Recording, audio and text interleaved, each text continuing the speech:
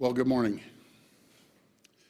Faced with an unprecedented threat to our health and safety, faced with a very real prospect of patients being turned away from overwhelmed hospitals, faced with consequences of inaction, this virus has consistently forced us to make decisions that no one ever wanted to make.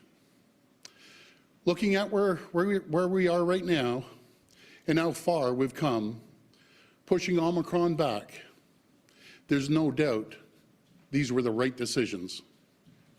There's no doubt they protected our hospitals from collapse and saved lives. Today, we're on track to very soon remove almost all restrictions for businesses as part of our reopening plan. And we heard from Dr. Moore last week and again yesterday that he is now working on a plan that will allow us to remove the vaccine passport system. My friends, this is great news and a sign of just how far we've come together in this fight. But this progress doesn't change what we've been through, because the truth is, this virus forced us to make unthinkable sacrifices. And I know that this has been extremely difficult. Watching businesses close, livelihoods lost, freedoms restricted. None of this has been easy. People are frustrated, they're scared, they're angry. And I know these frustrations have reached a boiling point for many Canadians. The result is what we're now seeing in various cities across our province and our country. My friends, one of the great things about living in Canada is our right to free speech, the right to choose our government by voting for leaders that best represent us, the right to peacefully protest when we disagree with what our government is doing. But like all rights, these are not without reasonable limits. Our economy in Ontario is built on trade, especially with our partners in the United States. The Ambassador Bridge in Windsor alone sees more than $700 million of two-way trade every single day. And that trade employs hundreds of thousands of Ontarians who work in auto plants and factories across our great province. Those jobs feed millions of families. They are the lifeline for our province and its economy. And while I appreciate the right to protest, that right cannot and must not extend to cutting off that lifeline. We're now 2 weeks into the siege of the city of Ottawa. I call it a siege because that's what it is. It's an illegal occupation. This is no longer a protest. With a protest, you peacefully make your point and you go back home. And I know that the vast majority of the people did that. They came, they peacefully demonstrated, they made their point, and they left. And I want to say to those people, you've been heard loud and clear. Canada has heard you. My message to those still in Ottawa, to those at our border crossings, please go home. To those of you who have brought your children, please take them home. I urge you, it's time to leave. And it's time to do so peacefully. But to the very small groups who have chosen to take a different path, to those who have chosen to take a city of 1 million people hostage for the past 2 weeks, to those who've attempted to disrupt our way of life by targeting our lifeline for food, fuel, and goods across our borders, to those trying to force a political agenda through disruption, intimidation, and chaos.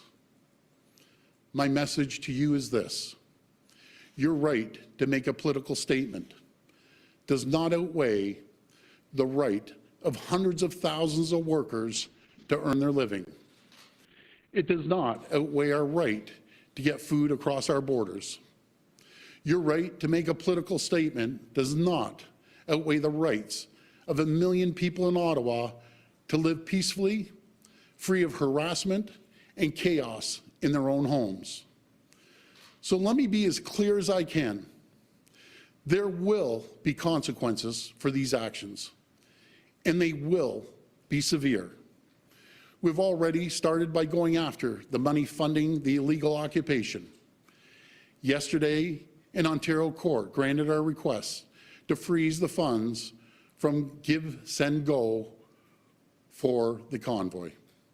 The OPP has also provided additional resources to Ottawa Police Services and Windsor Police Services to satisfy their recent requests for operational support. And more needs to be done.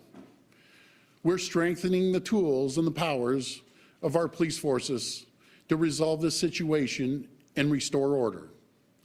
Let me be clear, the government does not direct our police forces, but we do set the laws. Today, I'm using my authority as Premier of Ontario to declare a state of emergency in our province. And I will convene Cabinet to use legal authorities to urgently enact orders that will make crystal clear it is illegal and punishable to block and impede the movement of goods, people, and services along critical infrastructure. This will include protecting international border crossings, 400 series highways, airports, ports, bridges, and railways. It will also include protecting the safe and essential movement of ambulatory and medical services, public transit, municipal and provincial roadways, as well as pedestrian walkways. Fines for noncompliance will be severe, with a maximum penalty of $100,000 and up to a year imprisonment. We will also provide additional authority to consider taking away the personal and commercial licenses of anyone who doesn't comply with these orders. This will not impede the rights of Ontarians to peacefully protest. It will provide additional tools to help stop the illegal occupation of Ottawa and the Ambassador Bridge in Windsor. While these emergency orders will be temporary, we have every intention to bring new legislation forward that will make these measures permanent in law. We're taking these steps necessary to support our police as they do what it takes to restore law and order. And please, my friends, make no mistake, this is a pivotal moment for our nation. The eyes of the world are upon us right now, and what they are seeing is not who we are. It's not what Canada is about. This is not how we try to change things here in Canada. We do it through the ballot box. Because we are Canadian, and we are better than that. And so, as a province, as a nation, we must collectively draw a line. We must stand for the values that define us. We must come together right now. We must heal the divide that is fracturing our society. We must come together now, not as opponents, but as Canadians. And we must see that the sacrifices we're forced to make were made for a reason. To see that because of the actions we took over the last 2 years, tens of thousands of lives were saved from COVID-19. As hard as it's been, these sacrifices were necessary to protect tens of thousands of our neighbors, our friends, our family members. And there's no price that we could put on that. So, to the protesters I say, we've heard you, and it's time to go. To the auto workers, truckers, and all those affected by the Ambassador Bridge closure, I say, we will take whatever steps are necessary to ensure the border is reopened. To the people of Ottawa under siege, I say, we will ensure you're able to resume life and business as soon as possible. And to our brave women and men in uniform, I want you to know that you have my full support as you work to manage the situation and do whatever it takes to bring these occupations to an end. Thank you, and God bless the people of Ontario. Okay, we're ready to take questions from the floor. Just a reminder, it's one question and one follow-up. Morning, Premier. Matthew Bingley, Global News. It has been 5 days now since we've seen hundreds of millions of dollars lost at an international trade route, and at the same time, Canada's trade reputation has taken a massive hit in this. It has been 2 weeks since Ottawa saw the protesters dig in there. Why has it taken you so long to come out with measures like you are today? Well, first of all, they're extraordinary measures. I can tell you, I've been on the phone with the Prime Minister, premiers across this country, U.S. Ambassador, governors, and the mayors as well, to make sure that we do everything we can to do this peacefully. And I emphasize peacefully. We have tried and tried and tried. The occupiers in Ottawa, they are not listening. The trade problems that we would see if we didn't clear the Ambassador Bridge would be unprecedented, absolutely unprecedented. As the world is watching, businesses and people around the world are wondering, is this a safe and stable jurisdiction to invest? My answer to them is yes, it is. We said Ontario's open for business, and we will always be open for business. This is not a time for divide in our country, in our province. The toughest thing I can tell the folks out there about this whole pandemic is the divide we see from coworkers, from friends, and family. That is the toughest thing, and it's time that we come together as a country and as a province and show the world that's not what Canada's about. Canada's the greatest place in the entire world to live, to work, and to raise a family. We're going to move forward as quickly as we can to clear the bridge, to get people's lives back to normal in Ottawa. And we will use every tool in our toolbox to make sure that happens. You said it yourself that the protesters aren't listening. Are fines enough to get them to leave, or are you giving police the powers to physically remove them? Well, again, I just want to make it very clear that I do not, and I repeat, do not direct the police. We make the laws, the police enforce the laws.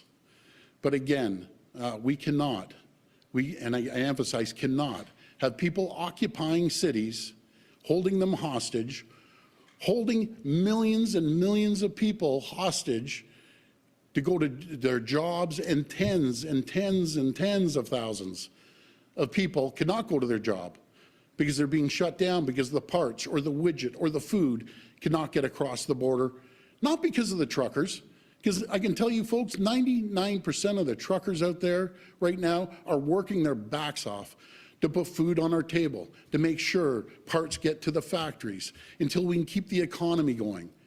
The last count I heard at the bridge, there was 5 truckers. The rest were pedestrian cars. This is about a political statement. That's what it's about. I think the world of our truckers. I support our truckers. I've supported our truckers from day one, but that is not representative of our truckers. The Trucking Association has clearly demonstrated that they are not in favor of this. So again, to the occupiers, please go home. Hi, good morning, Premier. Colin DeMello from CTV News. This was a pretty consequential weekend, this last weekend in Ontario. You call it a siege. Ottawa police said it was an insurrection. A day later, Ottawa police, or the city of Ottawa, declared a state of emergency.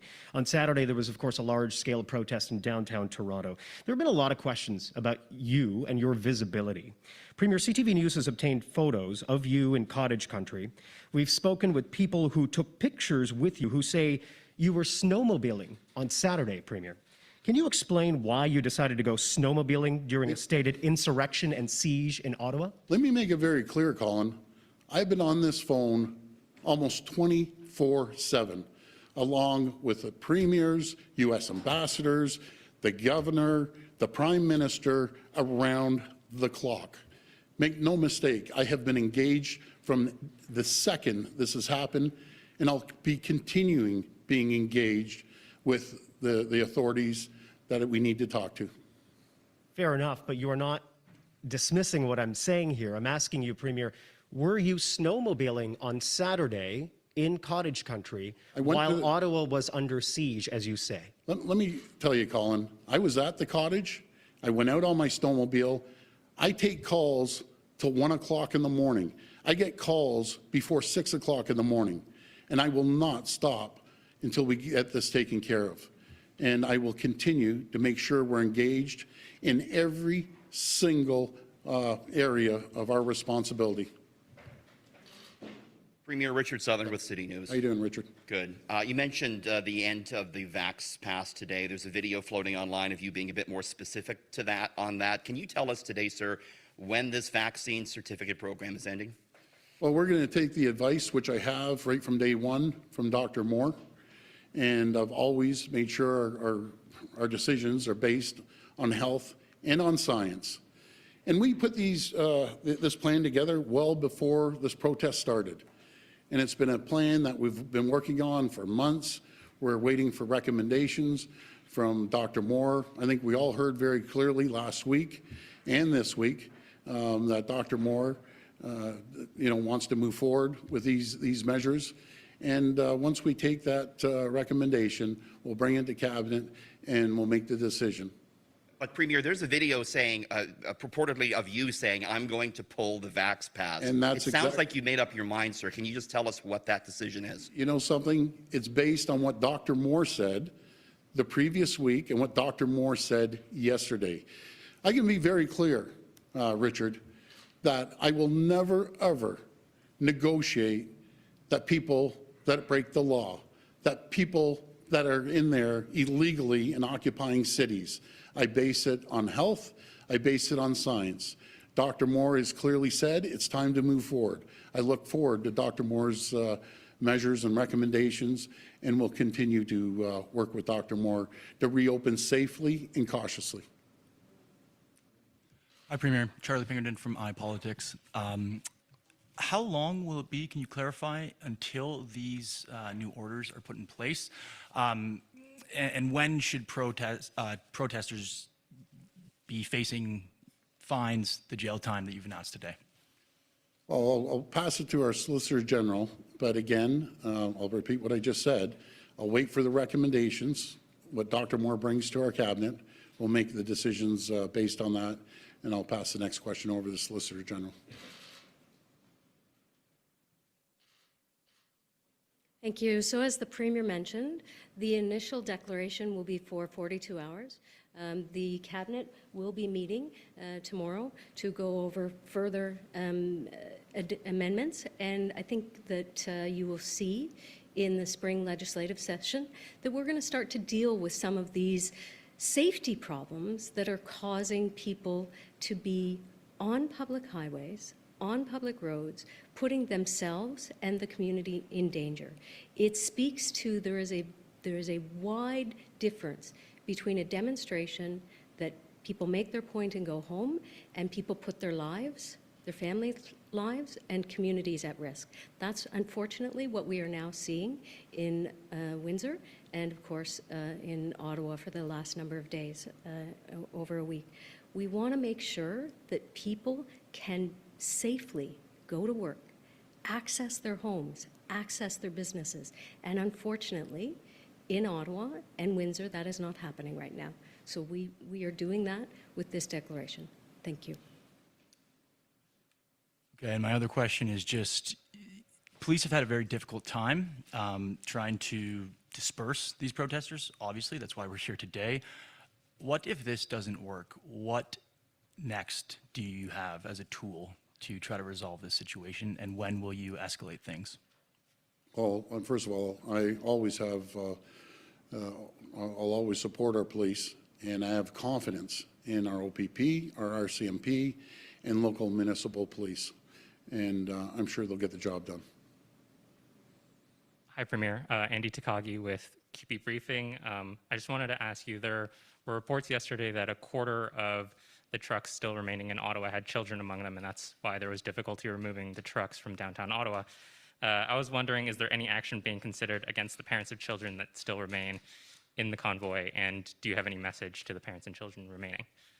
As I said in my comments earlier, I urge you, please take your kids home. Please get your kids home. The place for a protest occupation is not a place for children. So I urge you, take your kids home. This will be the last question. And my next question is, Ontario turned down a third trilateral meeting with the federal government and the city of Ottawa. Why not take, leadership in addressing these protests, and why wait until you're being asked to act before sending in the OPP? Well, first of all, we've been acting from the second this has happened. When the regions, be it Ottawa, asked for support from our OPP, they ended up getting support. I'll tell you what people don't want. People don't want another table, a bunch of politicians sitting there talking. People want to see action, and that's what we're taking. We're taking decisive action to make sure we end the occupation and we get the goods on the Ambassador Bridge traveling back and forth freely without anyone impeding their transportation.